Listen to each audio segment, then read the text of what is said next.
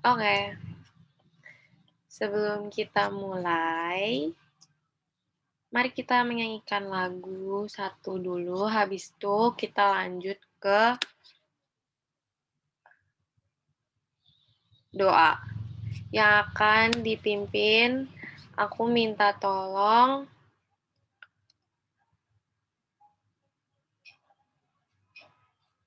Karin ya. Nia deh, Nia. Denger gak sih? Sorry guys, di kalian muncul gak? Di aku nggak muncul.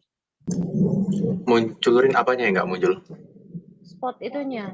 Muncul kok, muncul. Muncul ya, oke. Oke deh, baiklah. Udah ta? Ini gue apa mereka sih?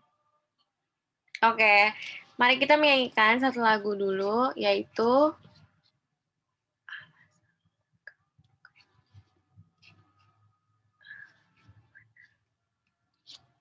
Betapa Hatiku Berterima Kasih Yesus. Allah peduli maksudnya.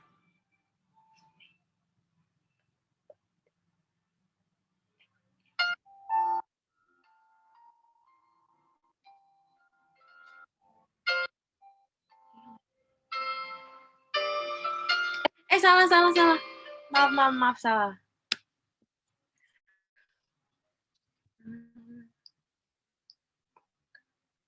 Betapa? Kok nggak?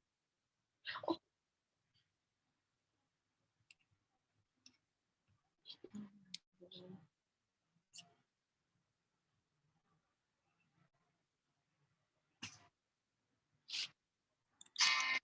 Betapa hatiku berterima kasih ya.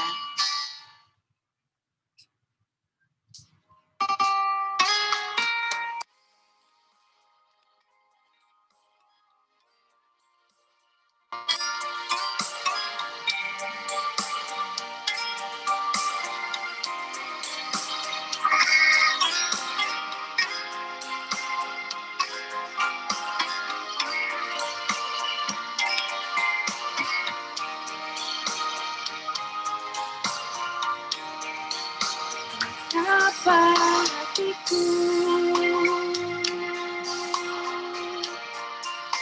berterima kasih Yesus,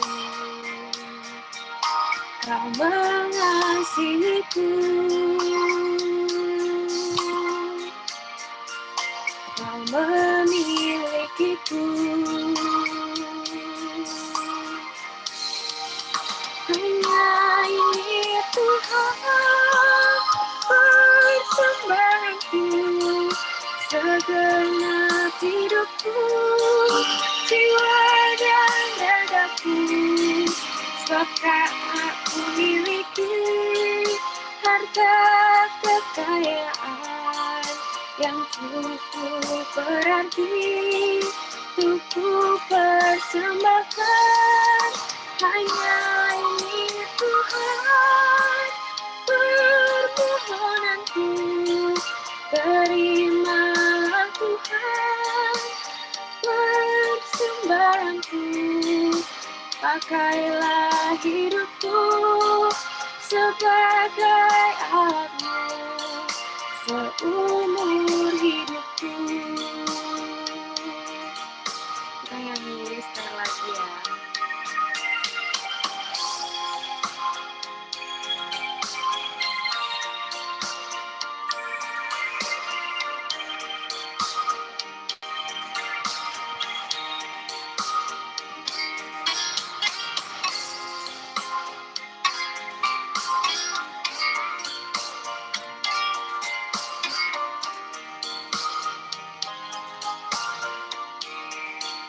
Betapa hatiku berterima kasih Yesus, Kau mengasihiku, Kau memilikiku.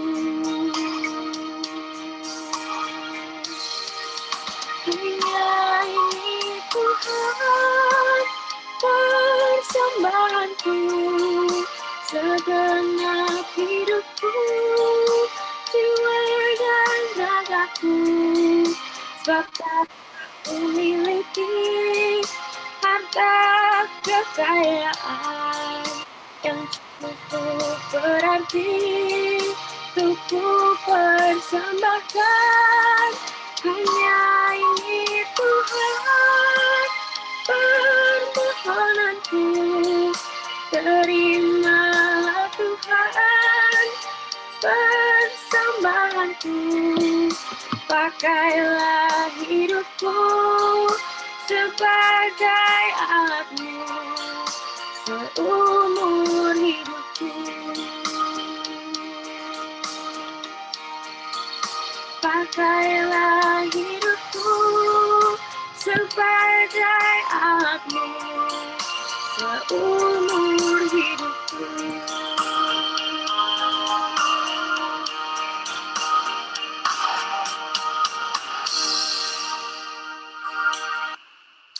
Aku persilakan buat Nia.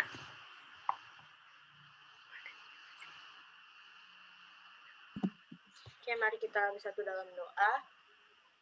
Tuhan, terima kasih atas hari ini dan sampai saat ini yang kami bisa berkumpul bersama untuk bersekutu dan berkonsel Tuhan, walaupun masih dalam aplikasi Zoom dan masih jarak jauh.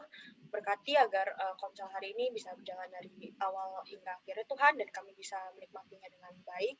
Berkati juga untuk Kaniko Tuhan yang hari ini akan membawakan sharing. Berkati agar kami semua bisa mendengarkannya dengan baik dan juga kami bisa menerapkannya nanti dalam kehidupan kami sehari-hari. Kami juga mau berdoa buat koneksi internet Tuhan agar bisa lancar-lancar aja dari awal hingga akhirnya, yang nggak ada kendala apa-apa, dan juga kami mau berdoa buat teman-teman yang lain yang mungkin masih dalam perjalanan pulang dari kantor. Lindungi mereka Tuhan dalam perjalanan agar bisa sampai di rumah dengan selamat dan juga bisa bergabung bersama kami Tuhan.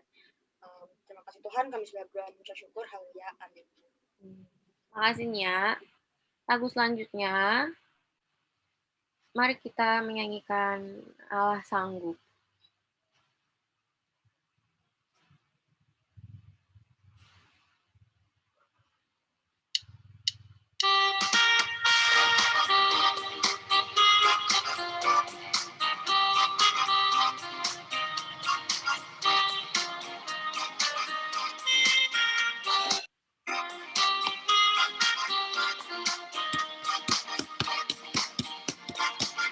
Apa yang tak pernah dilihat mata dan tak pernah didengar telinga, yang tak pernah timbul di dalam hati, semua disediakannya bagi yang mengasihi Dia. Allah sanggup melakukan segala perkara, luruskan dan selamanya kuasanya tidak berubah.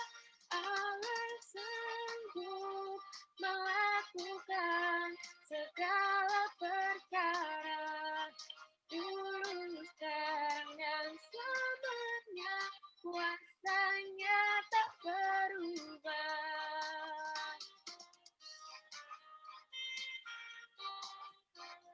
Kita yang ini dari awal lagi ya. Apa yang tak pernah dilihat mata, yang tak pernah didengar telinga, yang tak pernah timbul di dalam hati, semua disediakannya bagi yang mengasihi Dia. Allah sanggup melakukan segala perkara,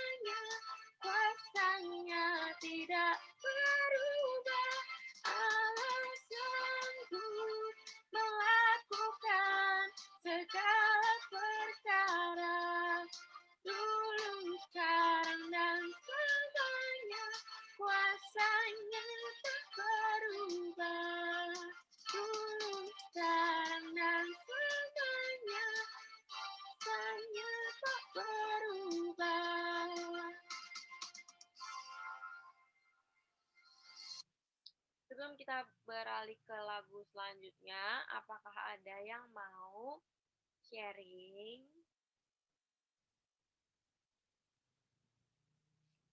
Kalau ada, boleh sharing. Mau sesuai judul tema hari ini atau enggak juga nggak masalah. Ada mungkin yang mau sharing? PV mungkin mau sharing? Belum. Oke. Citasya mau sharing mungkin tentang kerjaannya mungkin.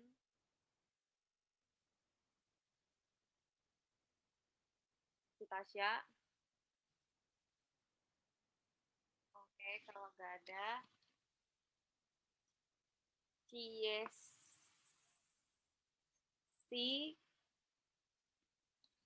Ciesi Christina mungkin ada. No. Ya udah. Ntar kalau ada yang mau sharing bilang ya. Aku mau sharing mungkin ya. Ya nggak sesuai tema, tapi aku mau sharing aja. Minggu ini kan aku masih UTS gitu kan kemarin. Hari ini udah selesai, cuman aku ngerasa kayak aku bersyukur karena hari ini udah selesai, tapi kemarin aku tuh udah kayak gak mau UTS sama sekali, bener-bener aku tuh sebenarnya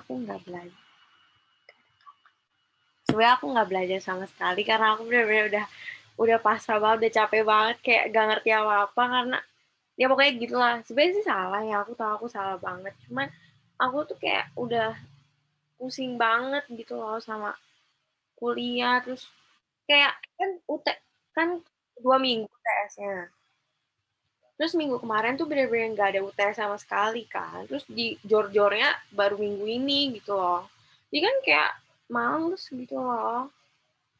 Tapi aku tahu nilaiku bakal jelek, jadi aku bakal benerin pas UAS. Jadi buat kalian yang masih sekolah, enggak deh, yang masih kuliah mungkin, yang mau masuk kuliah, semoga kalian lebih rajin. Ya, semoga juga corona ini cepat selesai, jadi aku balik jadi manusia rajin lagi. Karena kalau online aku nggak ngerti sama sekali, jadi kayak nggak ada semangat sama sekali buat, karena kan online, jadi kayak ya udah gitu loh, kayak aku cuma dengerin dari laptop, biarin aja gitu, kayak nggak dengerin sebenarnya aku. Terus lanjut, mungkin Karin ada mau cerita.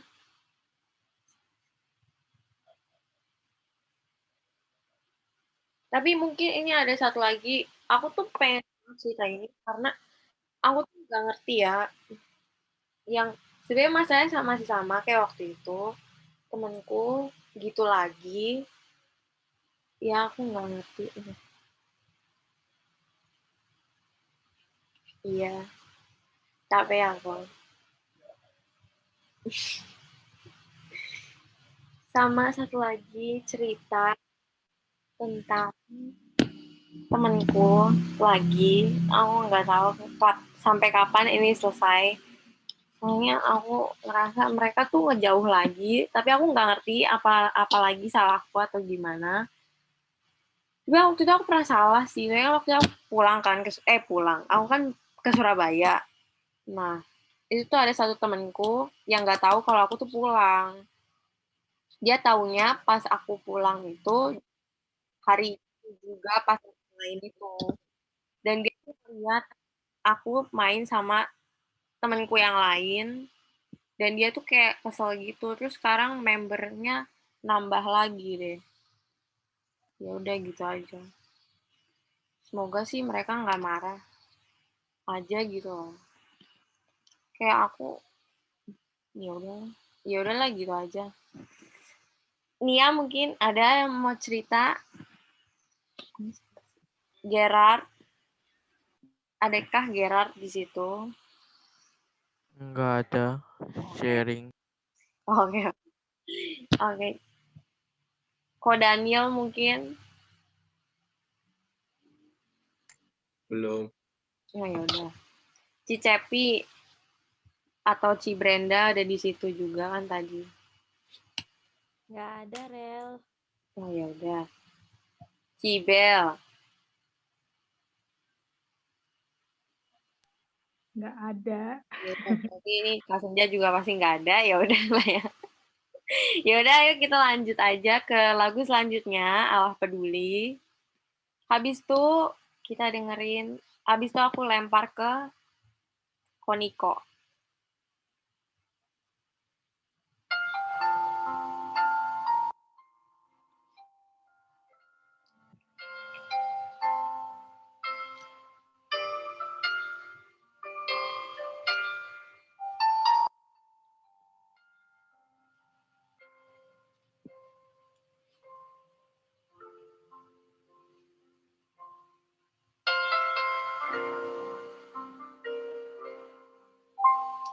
Banyak perkara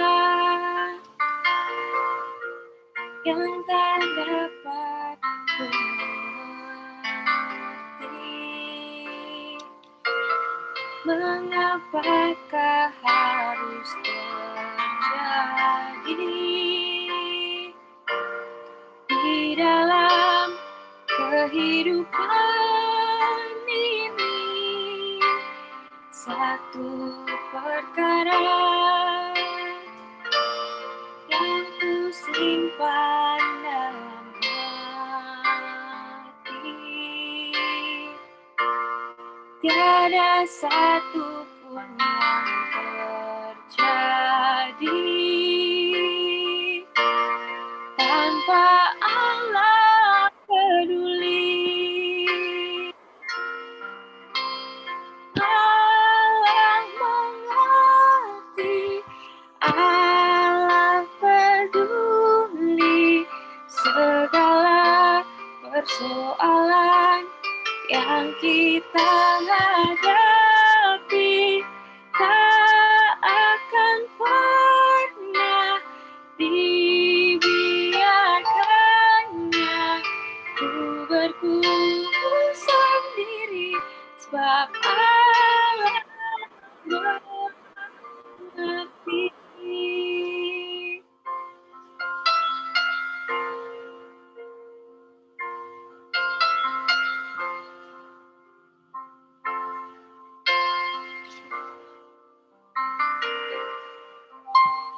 Banyak perkara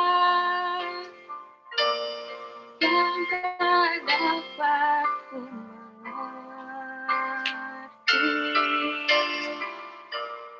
Mengapakah harus terjadi di dalam kehidupan ini? Satu perkara yang ku simpan dalam hati, tiada satu pun kan terjadi tanpa Allah peduli. Allah mengerti, Allah peduli segala persoalan yang kita hadapi, tak akan pernah dibiarkannya. Ku bergumul sendiri sebab Allah mengerti.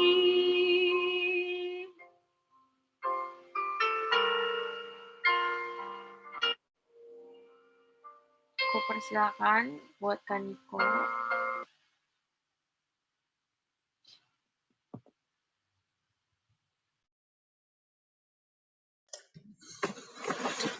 Oke, selamat malam. Shalom teman-teman.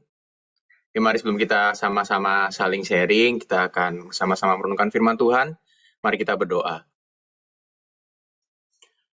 Tuhan Yesus, terima kasih untuk hari ini. Kami boleh sekali lagi bersekutu bersama, kami boleh memuji Tuhan, dan terlebih kami boleh bersama-sama merenungkan kebenaran firman Tuhan.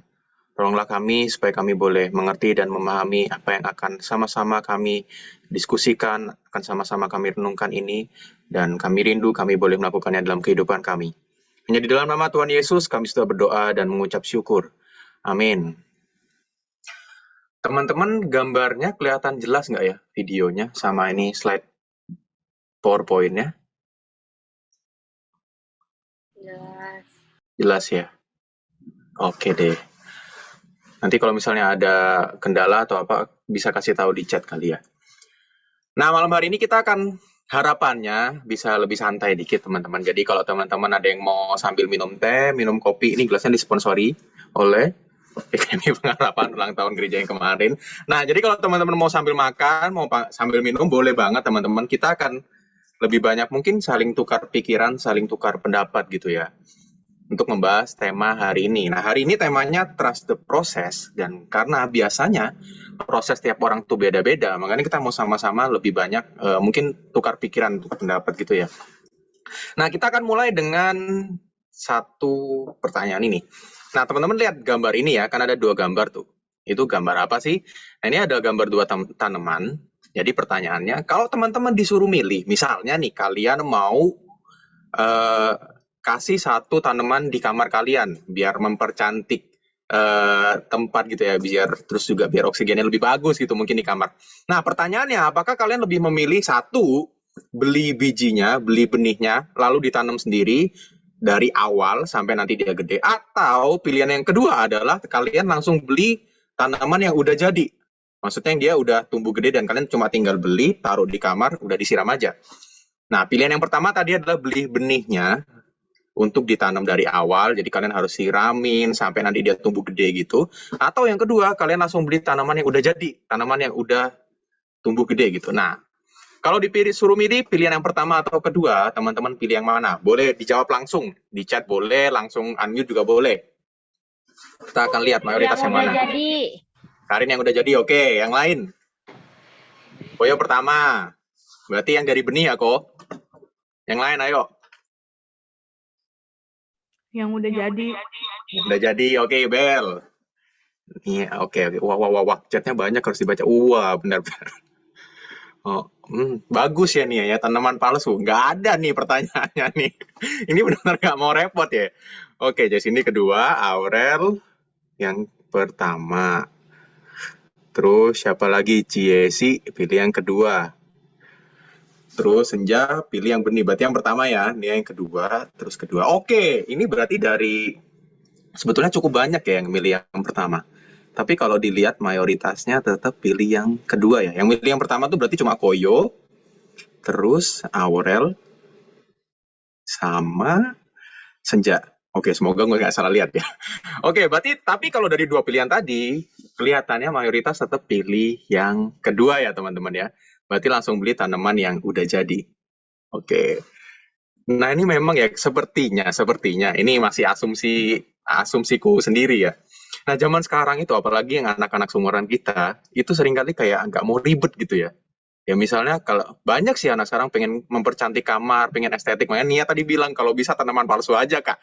Ya kan nggak mau ribet, nggak mau nyiram gitu. Biasanya sih kalau beli gitu seminggu awal tahan gitu ya, masih rajin nyiramin. Udah minggu kedua, bulan berikutnya udah layu kali, udah nggak pernah disiram gitu ya. Nah, beberapa orang doang yang mungkin benar-benar seneng sama tanaman dan seneng apa ya, melihat proses bagaimana tanaman itu bertumbuh gitu ya. Mungkin Koyo, Senja, sama Aurel sukanya begitu. Nah, itu yang bakal milih untuk beli benih. Nah, tapi itulah teman-teman, sadar atau nggak sadar, karena kita hidup di zaman yang sekarang tuh kan semua serba cepat, serba instan, dan apa-apa kayak kita maunya, ya udah yang cepet aja pokoknya gitu. Kalau bisa cepet, kenapa pilih yang lambat? Tapi orang Indonesia kadang lucu kebalikannya. Orang Indonesia malah kalau ada yang ribet, kenapa pilih yang gampang? Ya, ini orang Indonesia memang rada-rada unik sih ya.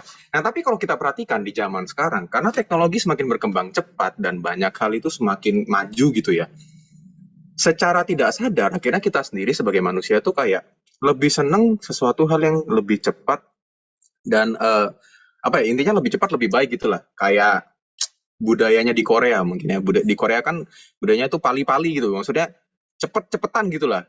Kalau mereka ketemu sama orang Indonesia itu paling nggak tahan karena orang Indonesia itu kebanyakan budayanya santuy, kebalikan sama orang Korea gitu.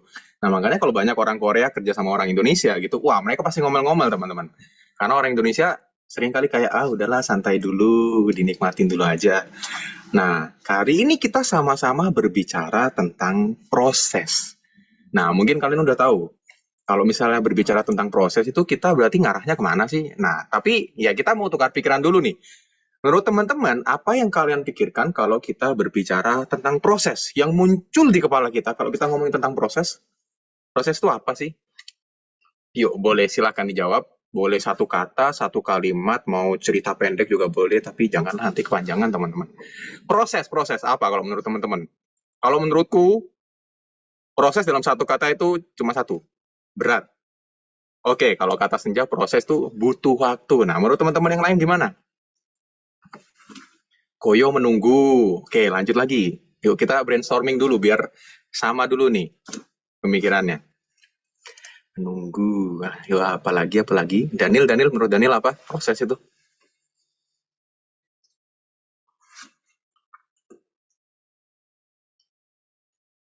Proses teman-teman, proses.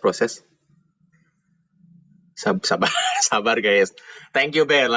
Ini juga proses ini namanya nih. Menunggu jawaban itu termasuk proses. Oke. Apalagi? Gini deh, aku kerucutin lagi. Oke, Aurel bilang bertahap. Kalau misalnya pertanyaannya,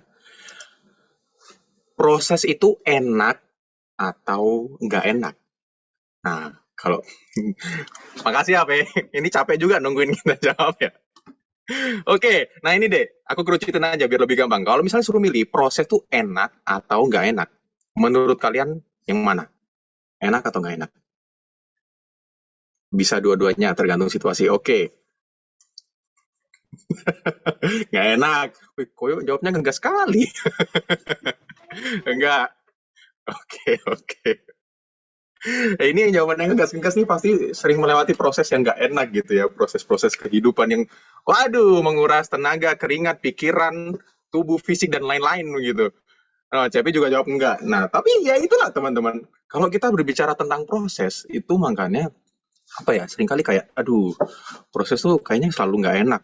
Ya betul, kayak kata Senjata, dibutuh waktu, harus siap menunggu, dan ya banyak hal lainnya. Apalagi di zaman sekarang, ketika semuanya berjalan dengan cepat, kalau kita disuruh menikmati proses, itu sangat susah teman-teman.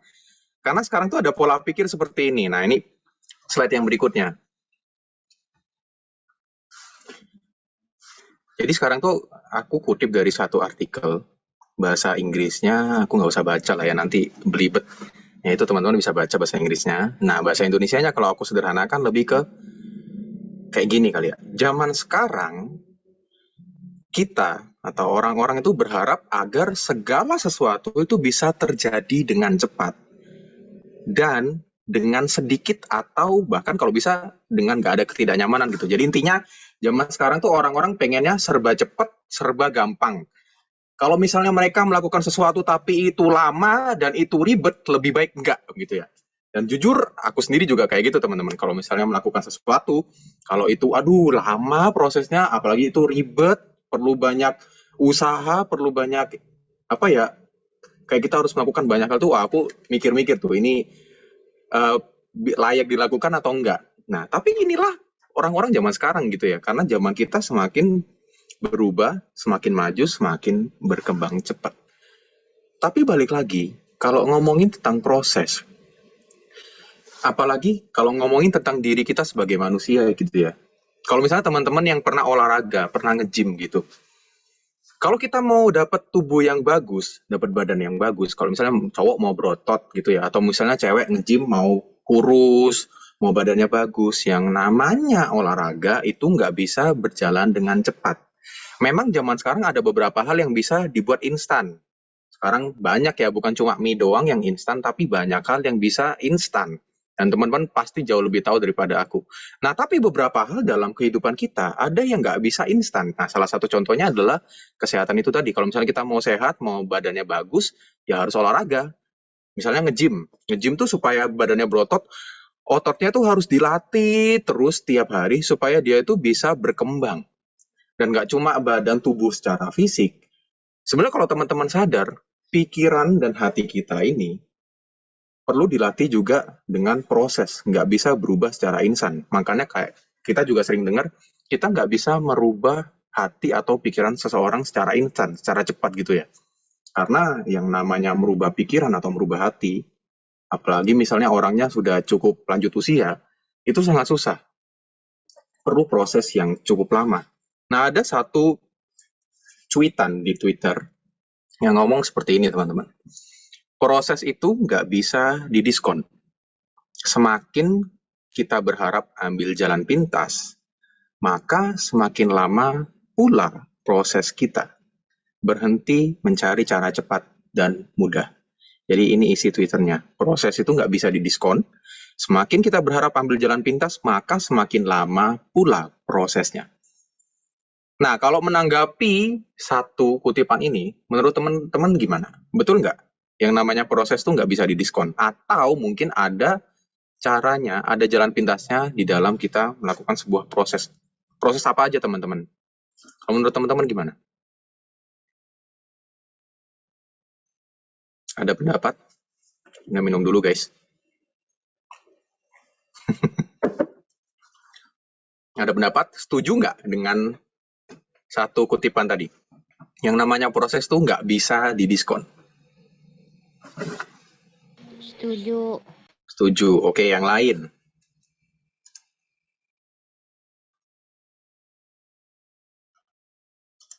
Kayaknya karena hujan jadi ngantuk bawaannya. Oke, nggak apa-apa. Thank you Karinda responnya. Tapi ya karena kalian nggak menjawab, ya udah aku berasumsi aja ya. Aku berpikiran dengan kepalaku sendiri. Jadi ya aku anggap kalian setuju ya teman-teman ya. Yang namanya proses itu nggak bisa didiskon. Nah, mungkin kita yang udah kuliah, yang udah kerja, apalagi gitu ya, pasti sangat paham dengan hal ini. Karena namanya, apalagi kalau yang udah masuk dunia kerja, nah itu kalau mungkin kita waktu sekolah, waktu masih SMP, SMA berpikir kayak, oh cari kerja tuh gampang, dapat duit atau cari duit itu gampang. Kenyataannya setelah kita bekerja, realitanya nggak segampang itu teman-teman. Ada proses yang harus dilalui dan beberapa orang prosesnya tuh bisa sangat-sangat panjang. Nah, itulah kenapa yang namanya proses tuh nggak bisa didiskon. Dan sebetulnya kalau kita lihat di dalam kehidupan kita sebagai orang Kristen, kalau kita baca Alkitab kita, di Alkitab itu kelihatan banget kalau Tuhan sebetulnya juga Tuhan yang mencintai dan menghargai proses. Kalau kita lihat di Kejadian aja ya, ketika kita lihat Kejadian 1, Tuhan menciptakan dunia ini. Tuhan kita kan luar biasa. Tuhan kita kan berdaulat atas segala sesuatu. Bisa nggak sih Tuhan misalnya menciptakan dunia ini cukup jentikan satu tangan? Kalau misalnya Thanos jentikin satu tangan, hilang setengah, ini Tuhan jentikin satu tangan, langsung udah ada semua. Jadi nggak perlu tuh 7 hari di Alkitab manjang-manjangin ayat gitu mungkin ya. Bisa nggak sih Tuhan seperti itu? Sebetulnya Tuhan bisa-bisa aja kan. Ya cuma bersabda satu kali, Tuhan mengatakan satu kali dan jadi semuanya. Dari bumi, dari tanaman, dari hewan, dan bahkan kita langsung jadi pada satu waktu itu. Sebenarnya bisa aja kan. Tapi dari awal kita lihat bahwa Tuhan menciptakan dunia ini juga dengan sebuah proses. Nah memang kita bacanya 7 hari gitu ya. Tapi kita nggak tahu kenyataannya apakah itu benar-benar eksak 7 hari, pas 7 hari, atau mungkin bisa lebih cepat atau bahkan lebih lambat. Intinya Tuhan menciptakan itu bertahap teman-teman. Dan benar-benar satu demi satu tuh dengan baik Tuhan ciptakan. Dan kelihatan banget Tuhan menciptakan itu dengan tertata rapi. Tuhan menciptakan dengan detail dan semuanya terlihat dipersiapkan, diciptakan dengan baik.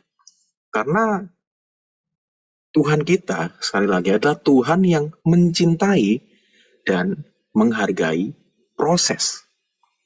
Ulangin sekali lagi ya, Tuhan kita adalah Tuhan yang mencintai dan menghargai proses. Kalau kita lanjut lagi baca Alkitab, di dalam Alkitab kita sebenarnya dalam kehidupan tokoh-tokoh di Alkitab, Kalau kita benar-benar perhatikan kisah hidup mereka gitu ya, sebetulnya hampir sebagian besar kisah hidup tokoh-tokoh di Alkitab tuh mengalami proses yang cukup panjang. Nah, menurut teman-teman siapa aja tokoh-tokoh yang mungkin mengalami proses di dalam hidupnya, entah itu proses yang enak ataupun proses yang tidak enak. Mungkin teman-teman bisa sebutkan, kepikiran tokoh siapa nggak yang dia harus menjalani satu proses kehidupan gitu. Yusuf, oke, Senja jawab Yusuf. Teman-teman yang lain, ada kepikiran tokoh lain nggak?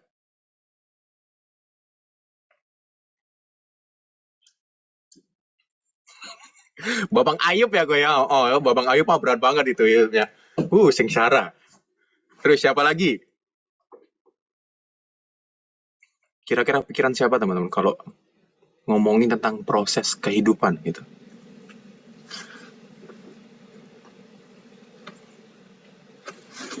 Oke, kita bungkus lah ya kata gue ya.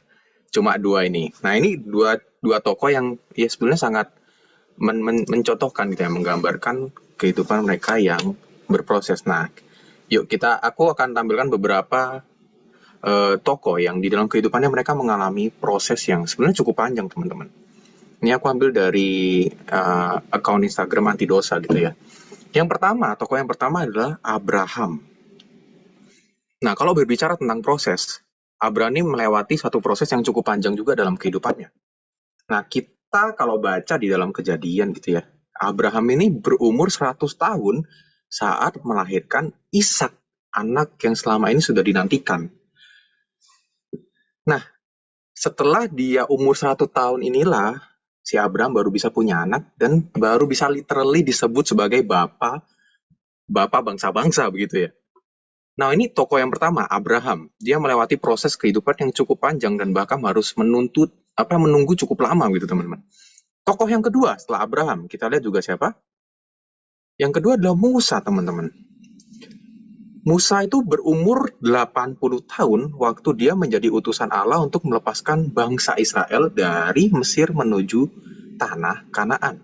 Nah, sebelum umur 80 itu, kalau kita lihat memang Musa masa mudanya jaya gitu ya. Dia diangkat jadi salah satu anak angkat Firaun gitu. Tapi setelah dia memukul dan membunuh satu tentara Mesir, Musa itu hidupnya jadi buronan dan jadi gembala kambing. Hidupnya mungkin bisa dianggap nggak terlalu dikenal lah, nggak terlalu dianggap sama orang-orang. Nah, ketika umurnya 80 tahun, Musa baru Tuhan pakai jadi utusannya untuk melepaskan bangsa Israel. Oke, lanjut lagi. Tokoh yang berikutnya siapa? Tokoh yang berikutnya adalah Daud, Raja Daud ya. Nah, Raja Daud memang kalau kita lihat dari usia mudanya, Daud ini dilihat sebagai orang yang berpotensial gitu ya. Tapi lihat Daud sendiri baru jadi raja atas Israel itu ketika umurnya mungkin sekitar 30 tahun. Daud benar-benar jadi raja yang memerintah Israel itu waktu umurnya 30 tahun. Nah, sebelum itu Daud jadi apa? Daud cuma jadi gembala waktu dia masih muda. Terus setelah itu dia ngelawan Goliat dan diangkat, waktu diangkat itu pun jadi pasukan. Jadi pasukannya Raja Saul, dan ketika jadi pasukan pun dia juga jadi buronan teman-teman, dikejar-kejar sama Saul, dan sekitar umur 30 tahun mungkin barulah Raja Daud menjadi raja yang memerintah Israel. Nah, kemudian tokoh yang berikutnya tadi disebutin sama Senja, Yusuf. Yusuf juga, wah ini cukup berat juga gitu ya proses kehidupannya. Kalau kita lihat, memang Yusuf anak yang sangat-sangat disayang oleh Yakub. Tapi ketika ia dijual sama saudara-saudaranya, dijual ke Mesir, wah itu mulai hidupnya yang awalnya naik gitu ya. Setelah dijual langsung kehidupannya tuh kayak turun terus. Udah dia difitnah sama istri Potifar, masuk di penjara, mau nolongin orang, dia malah ini lagi, dapat jeleknya lagi, dan banyak hal. Sebenarnya kalau kita lihat proses kehidupannya si Yusuf juga nggak enak. Nah, ketika umurnya 30 tahun juga kemungkinan, Yusuf baru menjadi seorang yang kelihatan dipakai Tuhan luar biasa gitu ya, menjadi Perdana Menteri di Mesir. Sebelum ia umur 30 tahun, Yusuf cuma jadi seorang budak dan bahkan seorang kriminal yang dipenjara. Meskipun ya Yusuf kita tahu difitnah gitu oleh istri Potifar. Dan juga ada tadi kata Koyo Ayub gitu ya. Wah, Ayub ini teman-teman udah nggak usah aku ceritain lah ya gimana kisah hidupnya. Ini benar-benar proses kehidupan yang sangat panjang dan sangat tidak mengenakan gitu ya. Bahkan ya bukan panjang sih ya, sangat-sangat instan gitu. Tuhan cuma kasih beberapa hari dan semuanya diambil dari Ayub. Dan ini satu proses kehidupan yang sangat susah. Dan tokoh yang terakhir adalah Tuhan Yesus sendiri, teman-teman. Nah, Tuhan Yesus itu baru benar-benar memulai pelayanannya waktu dia umur 30 tahun. Nah, sebelumnya di Alkitab sendiri bahkan nggak terlalu dicatat gitu ya. Di Alkitab hanya dicatat mungkin waktu masa kecil Tuhan Yesus yang dia masuk ke satu bait suci dan ngomong-ngomong dengan orang Farisi dan ahli Taurat pada waktu itu ya. Tapi selain itu, masa kecil dan masa remaja atau masa pemudanya Tuhan Yesus ini nggak dicatat. Karena mungkin pada waktu itu Tuhan Yesus ya hidupnya sebagai tukang kayu biasa yang nggak terlalu dikenal juga pada orang-orang di sekitarnya waktu itu. Ketika umur 30 tahun, barulah Tuhan Yesus memulai pelayanannya di dunia ini. Nah, itulah teman-teman sebenarnya kita lihat bahwa di Alkitab sendiri, banyak tokoh-tokoh Alkitab yang di dalam kehidupannya itu nggak berubah secara instan. Tapi mereka harus mengalami proses yang cukup lama dan seringkali tidak mengenakkan. Nah, ini sebenarnya menunjukkan bahwa sekali lagi Tuhan kita adalah Tuhan yang mencintai dan menghargai proses. Tuhan kita adalah Tuhan yang mencintai dan menghargai proses. Nah, tapi ini satu hal ini sangat susah untuk kita imani dan kita pahami di dunia sekarang. Karena apa? Karena zaman kita sekarang, orang-orang tuh bahkan kita sendiri paling nggak bisa untuk tahan mengikuti sebuah proses, apalagi proses yang cukup lama gitu ya. Jangankan proses kehidupan atau proses pembentukan karakter kita. Nah, kita disuruh ngantri aja ya. Disuruh ngantri. Misalnya di SPBU aja suruh ngantri. Nunggu tuh. Terus tiba-tiba ada satu tempat yang dibuka. Langsung orang-orang kan pasti kerumunan nyerobot yang antrian yang sebelahnya ya. Karena kan antriannya kosong gitu. Nah, contohnya apalagi teman-teman. Di lampu merah aja ya. Suruh nunggu 1 menit bahkan. Apalagi di Jakarta ini. Apa gila. Orang-orang suruh nunggu 1 menit aja tuh nggak bisa. Udah banyak yang nyolong gitu ya. Maksudnya langsung nerobos lampu merah. Nah, ini belum menunjukkan bahwa orang atau manusia zaman sekarang tuh paling nggak bisa disuruh nunggu. Disuruh mengikuti suatu proses atau menunggu dalam waktu yang cukup lama. Gitu lah. Nah, itulah sebabnya waktu kita baca Alkitab dan kita melihat bahwa Tuhan kita ini sebenarnya adalah Tuhan yang mencintai dan menghargai proses. Ini satu hal yang sangat susah untuk masuk di pikiran kita. Kita pasti bertanya, kenapa? Kenapa kok Tuhan mencintai dan menghargai proses? Kalau Tuhan bisa melakukan satu hal yang lebih cepat, kenapa enggak? Gitu. Karena kita pengennya segala sesuatu itu berjalan dengan cepat, dan kalau bisa nggak ribet lah Tuhan, yang gampang-gampang aja Tuhan. Kalau ribet, udahlah, nggak usah lah, skip dulu aja gitu. Nah, tapi lewat beberapa tokoh tadi, kita kembali diingatkan bahwa Tuhan kita adalah Tuhan yang mencintai dan menghargai proses. Kenapa Tuhan memilih jalan yang kelihatannya lebih berat dan lebih tidak nyaman ini, teman-teman? Nah, Tuhan kita bukan hanya Tuhan yang mencintai dan menghargai proses, tapi Tuhan kita adalah juga Tuhan yang personal. Tuhan yang personal, Tuhan yang dekat, Tuhan yang senang berelasi dengan kita, umat ciptaannya. Tuhan sangat bisa, misalnya, kita doa sama Tuhan. Tuhan, aku pengen dong berhasil pekerjaanku. Tuhan, aku pengen dong cepat dapat pekerjaan. Tuhan bisa mengabulkan semua itu. Atau mungkin yang udah ngebet nikah gitu ya. Tuhan, aku pengen cepetan nikah dong. Kalau bisa besok deh Tuhan nikah gitu. Tuhan bisa kabulkan semua itu, teman-teman. Contohnya apalagi? Tuhan, aku pengen cepat lulus. Tuhan, aku pengen, apalagi kalau kita zaman sekarang ya. Pengen dapat duit, pengen nikah, apalagi kalau zaman sekarang. Banyak hal gitu ya. Nah, Tuhan sebenarnya bisa kabulkan semuanya itu dengan instan, tapi kenapa dia memilih untuk mengajarkan kita menunggu dan mengajarkan kita berproses? Adalah karena mungkin Tuhan pengen mengajarkan hal-hal kepada kita di dalam kita melewati proses itu. Dan ketika kita menjalani proses itu, Tuhan itu pengen campur tangan, teman-teman. Tuhan itu pengen ikut campur di dalam kehidupan kita, di dalam kita berproses. Karena Tuhan kita ada Tuhan yang personal, Tuhan yang dekat, Tuhan yang intim dengan kita, ciptaannya. Nah, itulah sebabnya kalau kita ingat lagi cerita yang tadi, satu contoh gitu ya, Yusuf gitu. Yusuf, Tuhan bisa nggak langsung jadiin Yusuf seorang penguasa di Mesir? Waktu ia dibuang jadi budak dan tiba-tiba langsung Yusuf diangkat jadi penguasa di Mesir. Sangat-sangat bisa kan seharusnya. Tapi kenapa Tuhan mengizinkan Yusuf mengalami berbagai penderitaan yang nggak mengenakkan itu? Karena Tuhan pengen mengajarkan dan mungkin ingin mengubah karakter, hati, dan pola pikir Yusuf. Nah, ini adalah hal-hal yang seringkali kita nggak sadar waktu kita melalui sebuah proses. Kalau kita menjalani satu proses, kita mikirnya kayak, aduh Tuhan ini kan nggak enak, capek Tuhan, sampai kapan aku harus melalui ini? Nah, padahal sebetulnya di dalam proses yang kita lalui itu, Tuhan pengen kita satu, mungkin Tuhan pengen kita jadi semakin dekat sama Tuhan. Jadi semakin bergantung, semakin berserah sama Tuhan. Dan mungkin Tuhan juga pengen mengubahkan pola pikir kita, hati kita yang selama ini kita mungkin egois dan mikirin tentang diri kita sendiri. Dan di dalam proses yang Tuhan izinkan terjadi dalam kehidupan kita itu, apapun prosesnya, entah itu proses bagaimana kita mendapat pekerjaan, proses bagaimana kita lulus kuliah, lulus studi, atau proses bagaimana nanti kita mendapatkan pasangan hidup, apapun prosesnya, karena Tuhan pengen supaya kita melakukan kehendaknya, melakukan kehendak Allah. Dan apakah kehendak Allah buat kita? Satu ayat dalam firman Tuhan yang menolong kita untuk tahu kehendak Allah adalah dari 1 Tesalonika pasal 4, ayat 3-5.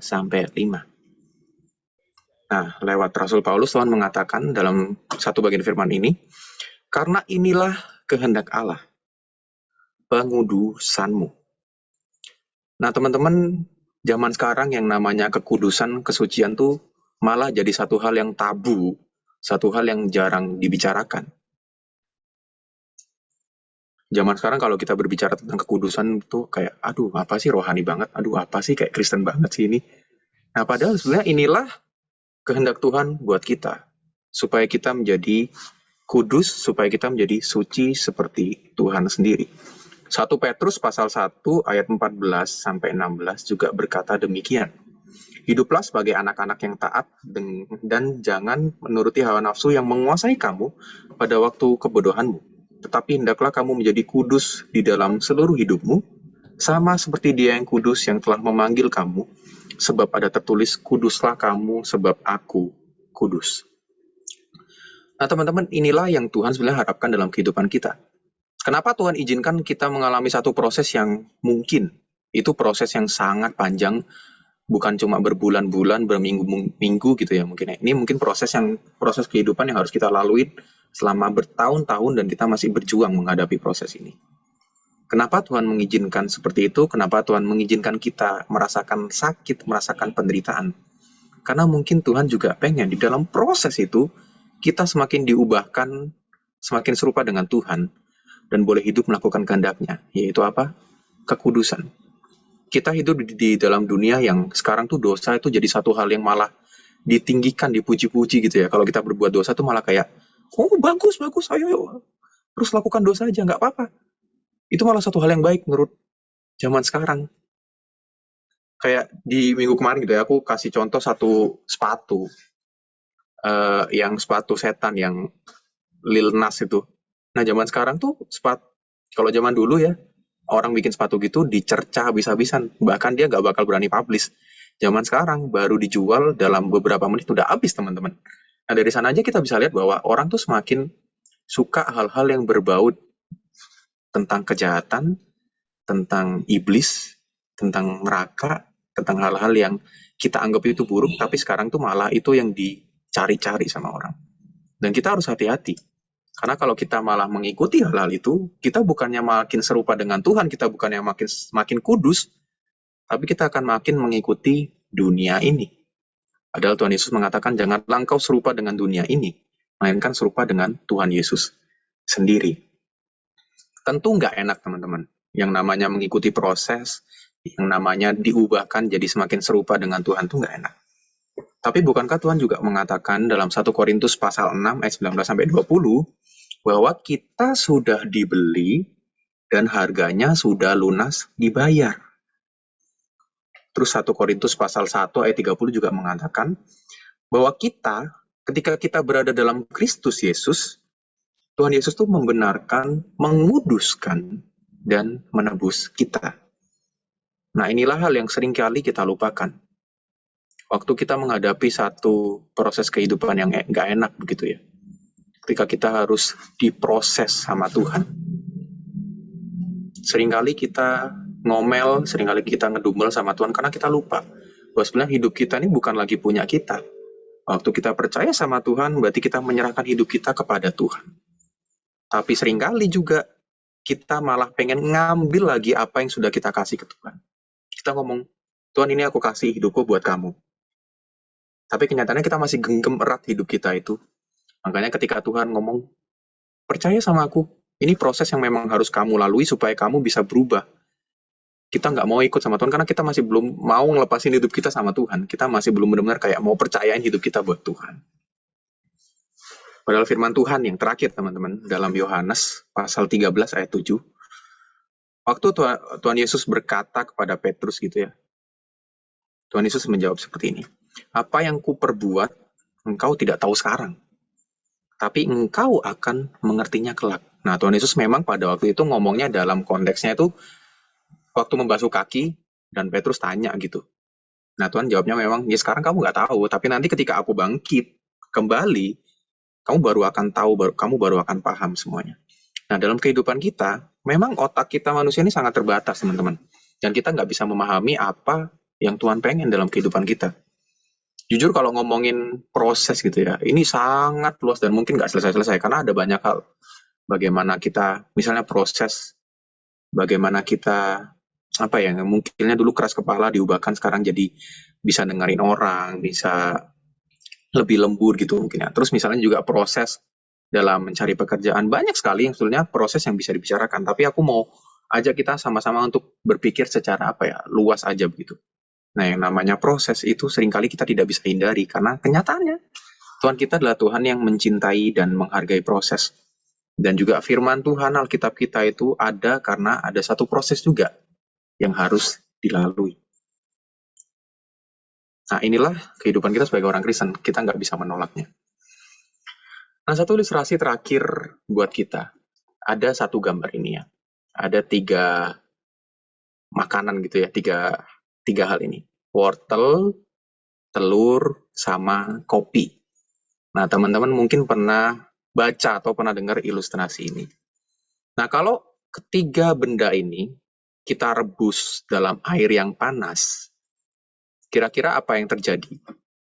Kalau misalnya kita ngerebus wortel, telur, sama kopi, kira-kira apa yang terjadi? Nah, teman-teman, wortel itu awalnya kan lumayan keras gitu ya. Dia lumayan keras, sedangkan kalau telur mungkin cangkangnya luarnya keras tapi dalamnya lunak, dalamnya cairan gitu.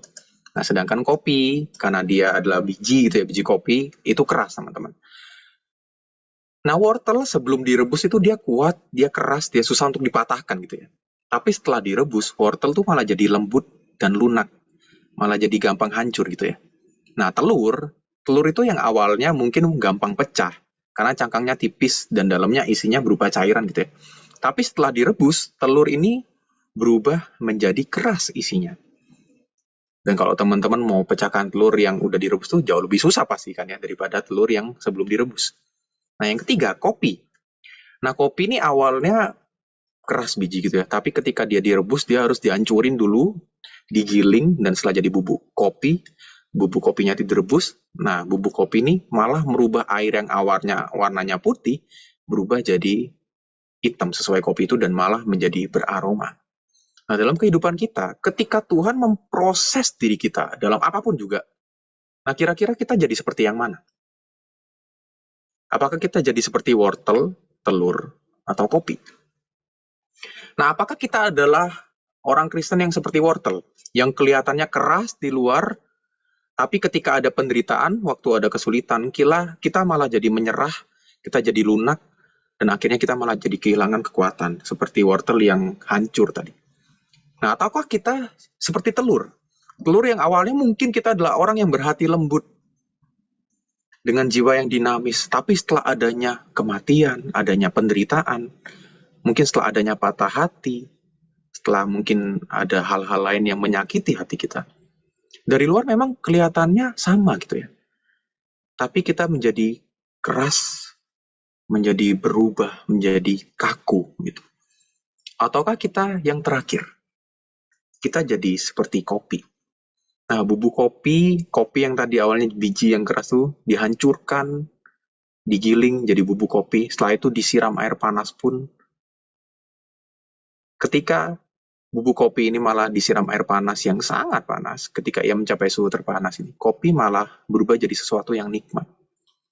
Yang awalnya mungkin dia kalau kita makan langsung ya, biji kopi itu rasanya nggak enak, pahit gitu.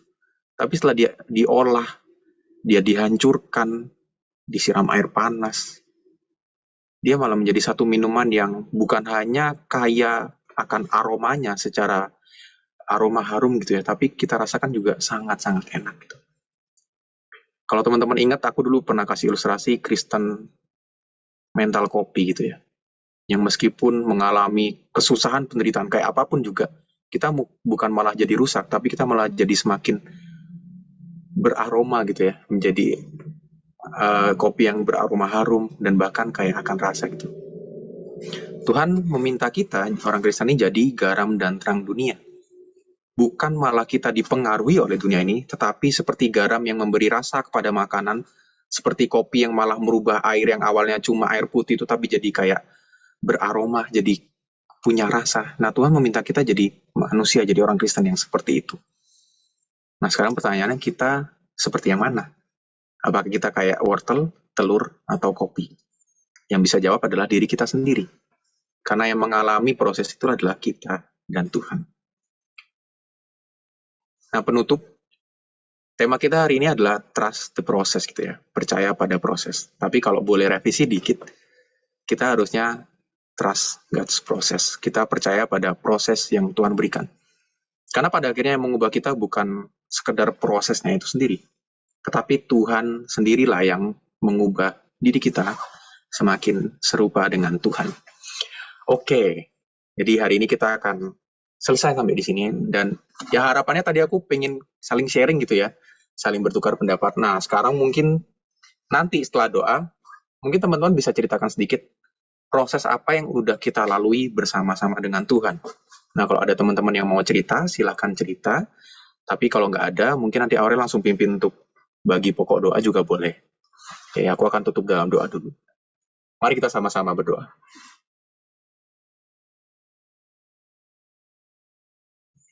Tuhan Yesus, terima kasih hari ini kami boleh sama-sama belajar tentang satu topik, yaitu percaya kepada proses Tuhan. Kami tahu Tuhan bahwa yang namanya diproses oleh Tuhan, yang namanya mengalami proses itu nggak pernah enak. Seringkali membutuhkan waktu yang lama, nggak gampang, dan bahkan kami harus berjuang untuk melewati proses itu Tuhan. Tapi terima kasih ketika hari ini kami boleh belajar melalui beberapa bagian firman Tuhan, melalui juga tokoh-tokoh Alkitab yang kami boleh lihat dalam kehidupannya, bahwa di dalam proses yang Tuhan izinkan itu, Tuhan pasti punya rencana yang baik bagi kami. Meskipun yang kami alami tidak mengenakkan, tapi pada akhirnya nanti, ketika kami berhasil melalui semua proses itu, dan ketika kami melihat ke belakang, kami boleh tersenyum bersama dengan Tuhan. Karena Tuhan sudah mengizinkan semuanya itu terjadi untuk kebaikan kami sendiri. Supaya kami boleh tetap hidup kudus, supaya kami boleh semakin serupa dengan Tuhan sendiri. Maafkan kami kalau di dalam kehidupan kami, di dalam proses-proses yang seringkali Tuhan izinkan terjadi, kami malah ngomel, kami malah ngedumel, kami malah seringkali mengecewakan hati Tuhan. Nah, karena itu Tuhan tolonglah kami melalui kuat kuasa Roh Kudus-Mu, supaya kami boleh terus Tuhan ubahkan menjadi orang-orang Kristen yang dapat menyebarkan aroma kehidupan kami seperti kopi, dan bahkan boleh memberikan rasa di tengah dunia yang mulai hancur ini, seperti garam, dan boleh menerangi kehidupan orang-orang yang masih seringkali hidup dalam kegelapan, seperti terang-Mu di dunia ini.